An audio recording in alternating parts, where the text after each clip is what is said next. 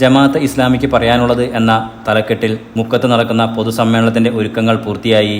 രാജ്യത്തെ ജനങ്ങൾക്കിടയിൽ ഏക മാനവികതയും സാഹോദര്യ സൗഹൃദ കാഴ്ചപ്പാടുകളും ഉയർത്തിപ്പിടിച്ചാണ് ഇക്കാലം അത്രയും ഈ പ്രസ്ഥാനം പ്രവർത്തിച്ചതെന്ന് മുക്കത്ത് സംഘാടക സമിതി വിളിച്ചു ചേർത്ത വാർത്താസമ്മേളനത്തിൽ പറഞ്ഞു. 24 വൈകിട്ട് 6:30 മുക്കം സ്റ്റാർ ഹോട്ടലിന് സമീപമുള്ള ഗ്രൗണ്ടിൽ പൊതുസമ്മേളനം നടക്കും. ജമാഅത്തെ ഇസ്ലാമി കേരള അമീർ Mujeebur Rahman, Madhyamam media one group editor O Abdul Rahman, Jamaat-e Islami സംസ്ഥാന സമിതി അംഗം ഡോക്ടർ നഹാസ് മാള, ജില്ലാ പ്രസിഡന്റ് ഫൈസൽ പൈങ്ങോട്ടായി എന്നിവർ സമ്മേളനത്തിൽ അഭിസംബോധന ചെയ്ത് സംസാരിക്കും. ജമാഅത്തെ ഇസ്ലാമിക്ക് സമൂഹത്തോട് പറയാനുള്ള കാര്യങ്ങൾ